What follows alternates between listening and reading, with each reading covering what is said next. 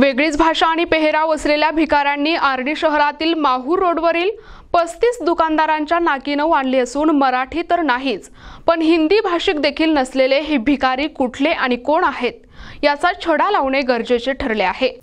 हे भिकारी बाया, माणसे आणि मुले नशा करणारे असून त्यांच्या रोजच्या जीवघेण्या भांडणांमुळे आर्णी शहराचा कायदा आणि सुव्यवस्था धोक्यात आल्याची वास्तविक परिस्थिती कोणत्याही क्षणी या ठिकाणी पाहता येते।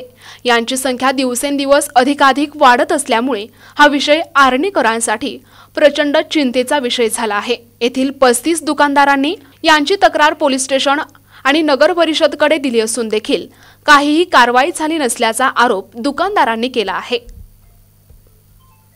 वेगळीच भाषा आणि पेहराव असलेले असंख्य भिकारी आर्णी शहरातील माहूर आणि दिग्रस रोडलगत असलेल्या शंकरपट मैदानात आणि हीर टॉकीजच्या लेआउटमध्ये तात्पुरत्या कापडी झोपड्या उभारून राहतात।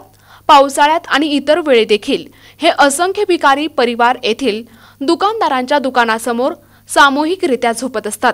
अशा वेळी ते दारू, गांजा, पंक्चर काढण्याचे सोल्युशन ट्यूब यांची नशा करतात।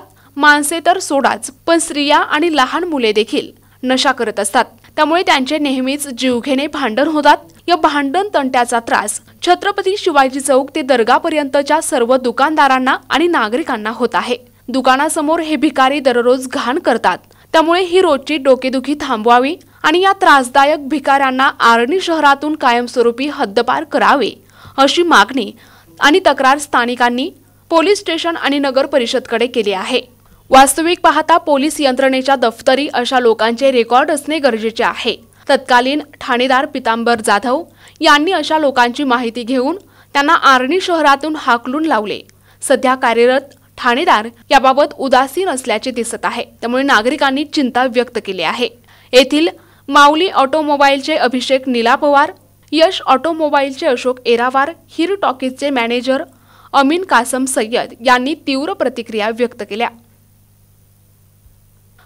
माझ्या दुकानाचं नाव माऊली ऑटोमोबाईल।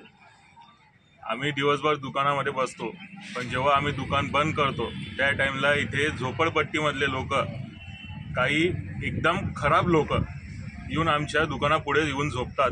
तिथे खरकटं करून ठेवतात। रात्री काय करतात ते आम्हाला त्याची काही माहिती नाही, पण सकाळी येऊन आम्हाला रोज त्या गोष्टींचा त्रास आहे। या गोष्टी लवकरात लवकर दूर झाल्या पाहिजेत, कारण यांच्यामुळे आजूबाजूच्या सगळ्या व्यापाऱ्यांना, सगळ्या दुकानदारांना त्रास आहे। तर हा त्रास आमचा कमी करावा ही आमची विनंती आहे। एक तुम्हा सर्वांना विनंती आहे, हे लोक कुठून आले आहेत या गोष्टींचा कोणालाही ठाऊक ठिकाणा नाही आहे।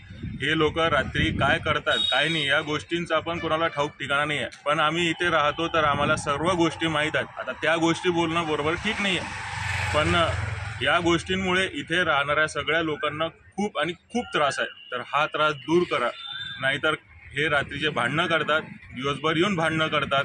कधी आम्हाला दुखापत झाली तर याचं कारणीभूत कोण राहील? यांचं नाव ना पत्ता काही नाही आहे। हे कुठून आले या गोष्टींचा पण कोणाला ठाऊक ठिकाणा नाही। तर या गोष्टी दूर करा आणि आमची ही विनंती आहे। हीर टॉकीज के आजू बाजू में एहतराब में बसे वाले झोपड़पट्टी के जो लोग हैं, ये शराब पीते, ये व्यवसाय जैसा धंधे करते, दारू पीते, सोल्यूशन का नशा करते और ये एक मेक को ऐसा दूसरे को दगड़ फेंक के मारते। इसमें हमारे एक आदमी को दगड़ लग गया, उससे उसका पूरा सर फूट गया। एक आदमी के हाथ पे काटे, उसके हाथ को पूरा अंगूठा कुत्ते के जैसा काटते। एक मेको को नंगे झगड़े करते और इसमें गांव के 8-10 लड़के जो है वो यहाँ पर आके बिगड़ रहे, रात को आके इनके झोपड़ों में सोते और ये कोई लोगों को रात को ब्लैकमेल करते।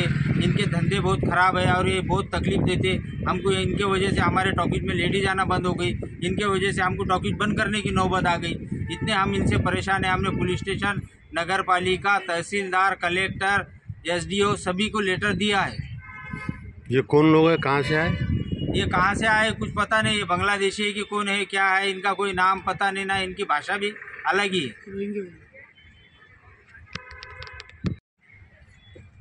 अरे हीर टॉकीज के आजू बाजू में जो लोग रहते हैं, भिखारी लोग, कहाँ से आए कुछ पता नहीं।